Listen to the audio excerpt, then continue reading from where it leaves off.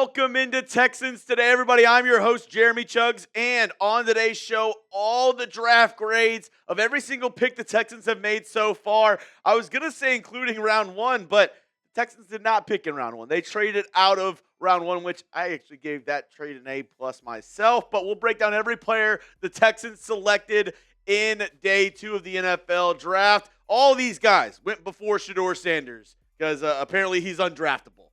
He made it to day three. We'll be breaking down the Texans picks on today's show. Make sure you hit that sub button. Subscribe for free Texans draft content throughout the entire draft, all throughout the year, and then off season. We have throughout, going into OTAs, preseason, regular season. We got you covered all year round. If you are subbed, I appreciate you so much. Go down and spam those H's down in the comments section as we get in to the meat and potatoes of today's show. Nick Caserio, I told y'all the picks that the Texans had would not be the picks where the Texans are actually taking.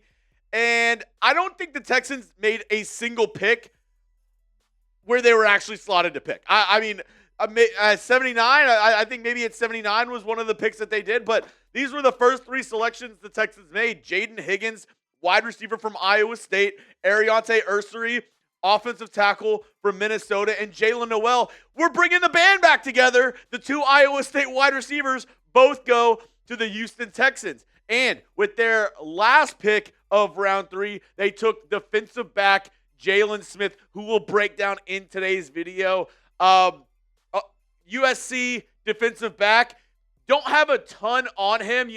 I looked him up a little bit. I did a little bit of research. I watched a little tape on him before I decided to do today's show. And I will say, he does have a lot of good measurables. And I'll say this too. The Texans selected Kalen Bullock in last year's draft out of USC. Teammates with Jaylin Smith.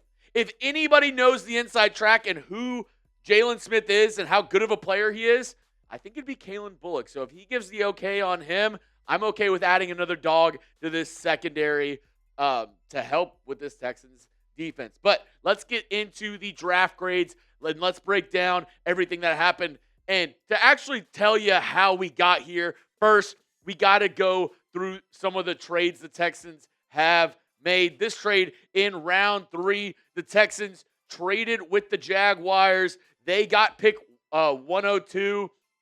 142. The Jags got 89 and 236. That was one trade the Texans made. And you're like, oh, wow, that's a lot. No, they made a lot more. They also traded with the Raiders, trading up to pick 48. They gave away picks 58 and then 99.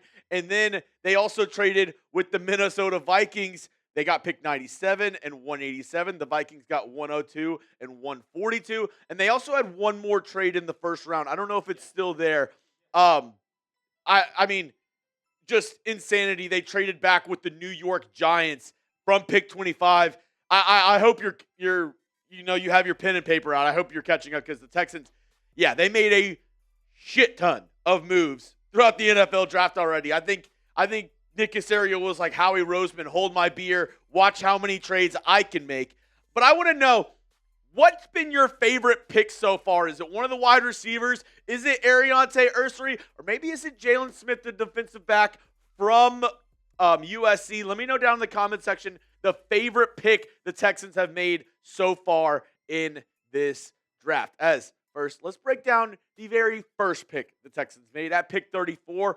A little bit of a surprise. A lot of people were wanting Luther Burden right here, but the Texans zigged when everybody wanted them to zag, and they go Jaden Higgins, who I don't think was a bad pick at all. I know a lot of Texans fans, like I said, really wanted Luther Burden, but Jaden Higgins was getting some round one hype, and a lot of teams like this kid out of Iowa State.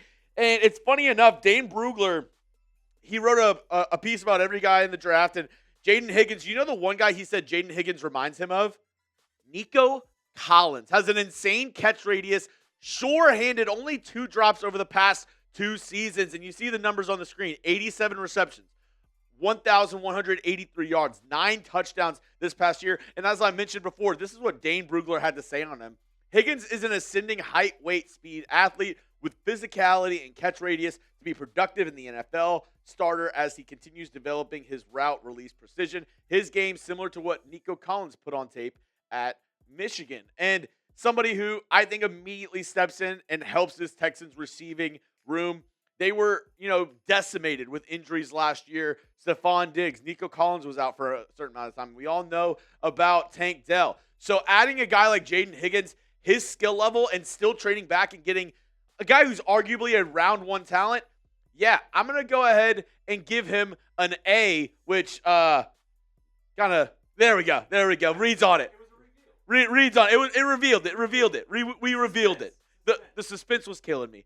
Jaden Higgins, I'm going to give him an A, though, because like I said, you move back and you still get somebody who is a day one starter, going to be productive for this team, and I think adds another weapon on this Texans offense to help out C.J. Stroud in year 3. Had a little bit of a down year 2, and the Texans wide receiver room was underwhelming this past year. So you add immediate talent there in Jaden Higgins. I'm going to give this pick an A. I'm going to be grading the other picks coming up in just a moment, but I couldn't do today's show if it wasn't for our amazing friends over at Prize Picks. Get started today with America's #1 daily fantasy sports app out there. Prize Picks is the easiest and most exciting way to play daily fantasy sports. All you do is pick more or less on 2 to 6 player stat predictions and watch the winnings roll in. Cash in on the basketball playoffs with Prize Picks. Don't miss your last chance and to add your favorite players from the hardwood to your Prize Picks lineup. Whether it's points, rebounds, assists,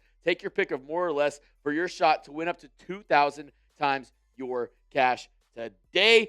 And for my viewers, we have a special code for you. Use code CLNS.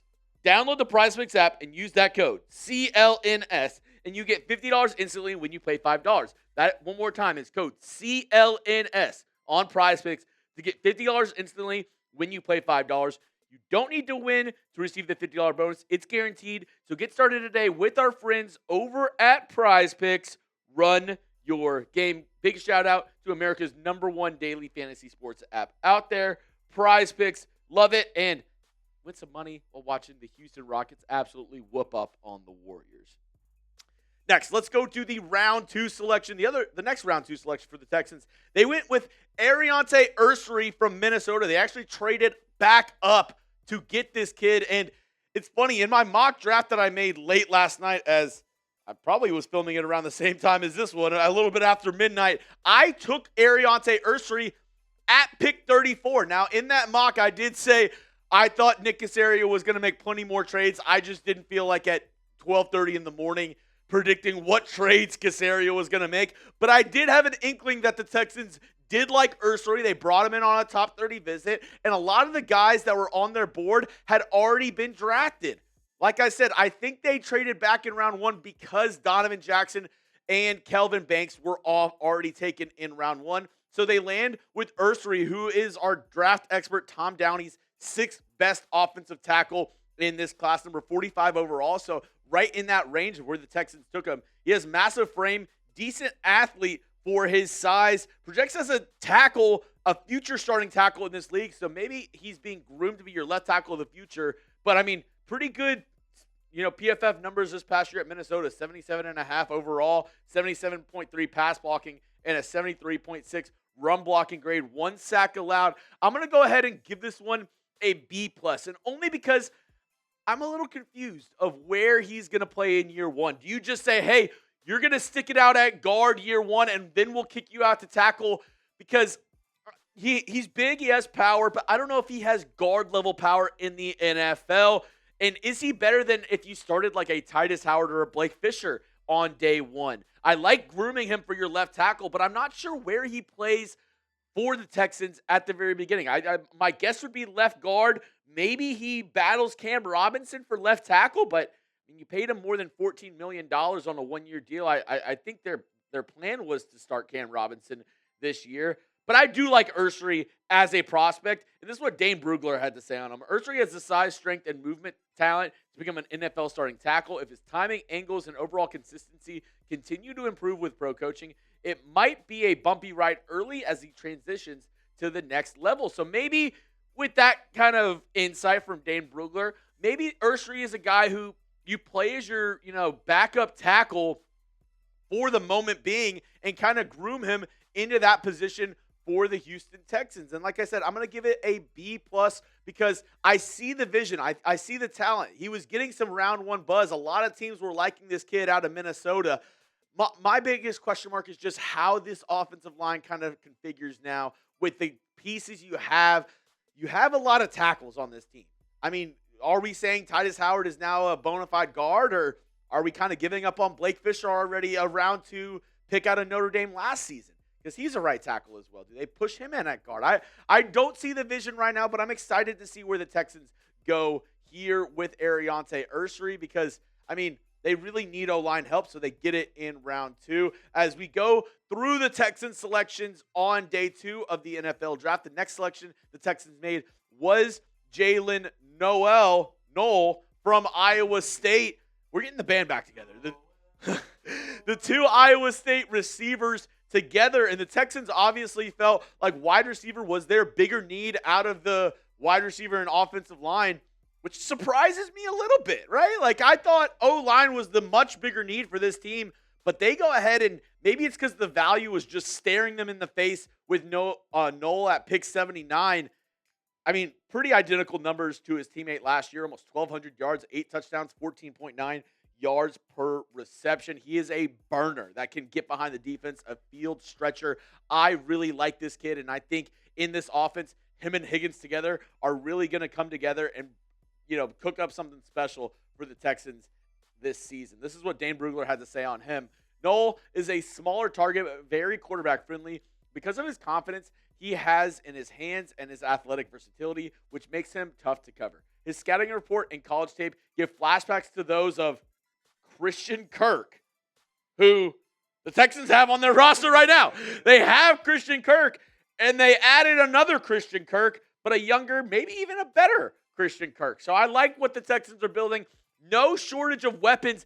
I do have to say, Mechie, Hutchinson, be on the lookout because that is going to be a interesting roster cutdown day, to say the least, to see whether those two guys do end up making the final 53. I'm going to give this one an A grade as well. I think strictly based on the value here, I think Noel is going to be an amazing player. I think he is going to be really, really good. I have very high hopes for Noel. I think, at the end of the day, adding to this wide receiver room, the Texans needed more talent. They felt like they really, really badly needed more help as another offensive weapon, and they get that in Jaylin Noel. So now let's go to the last pick for the Houston Texans.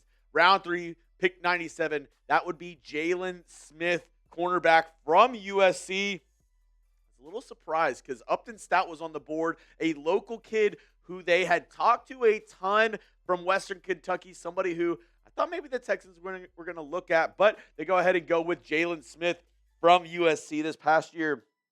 59 tackles, 2 interceptions, 4 pass breakups for the Trojans. And like I said, teammates with Kalen Bullock. And you saw the Texans last year. They took Cade Stover, who was teammates with C.J. Stroud. I'm wondering if this coaching staff and front office are taking a lot of input from these players that are on the squad because Jaylin Smith, to be frank, was a little bit of a surprise for me. On Tom Downey's rankings, he has him as the 31st best cornerback, 268 overall.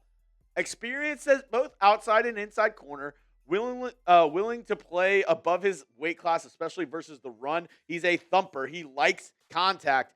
He lacks fluidity breaking on routes and especially triggering downhill. He's somebody who, like I said, maybe pans out, but round 3, maybe you trust your guys and say, we'll go with somebody who Kalen Bullock is going to vouch for. We'll go with somebody who I think could develop into somebody who's a nice backup. And you have a luxury to kind of make a pick like this if you're the Houston Texans because your secondary is so stacked.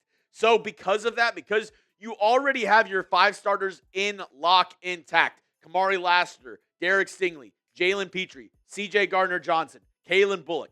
Your starters are set next year. Your starters are good.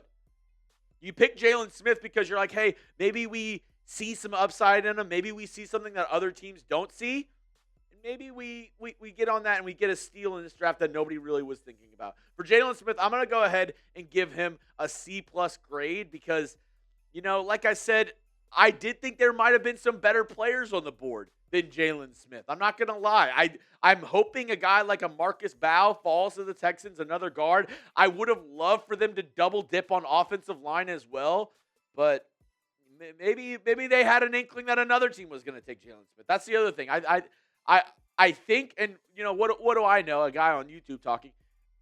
I think you might have been able to get him in round 4, round 5, but like I said, the Texans really liked him. They wanted to take him, and that's what they ended up doing. I'm going to give it a C+. I'm not going to be too harsh because I do trust in Nick Caserio, but I can't wait to see what happens tomorrow, and I really hope the Texans are able to get some of these guys because there are a lot of really good guys left on the board in round 4. Shedeur Sanders? I'm kidding. But there are some really talented guys. Do we actually have the big board available to show? Yeah, we'll show you the top 16 guys on our draft expert Tom Downey's big board left at the start of round 4, where the Texans don't have Shedeur Sanders. The Texans don't have a pick in the first 5 or 10 picks, but that could definitely change. We've seen Nick Caserio do a ton of trades. Like I said, Marcus Bow is the guy who I'm looking at. Jaylin, we already took a bunch of wide receivers. Jalen Royals, I'm surprised, is still on the board. Dylan Sampson, too, a really speedy running back. I would like the Texans maybe looking at him. Cameron Williams, another tackle out of Texas, who I'm interested in. Bayshaw Tootin from Virginia Tech had the fastest 40 time out of any running back at the Combine. I like Billy Bowman as well. Torrey Horton, Cam Scatabo, Gunnar Helm, Kyle Kennard round out his best available list, but there's definitely some names that you can add to this team to help out going into next season throughout the day 3 of the NFL draft. And I'll be breaking all those picks down tomorrow. Make sure you hit that subscribe button. How many other content creators are making a video at 2:23 in the morning? Not a lot, but I am for you guys because I love this team. I love this community, and I'm always trying to give you the latest Texans news and rumors no matter what, all year long.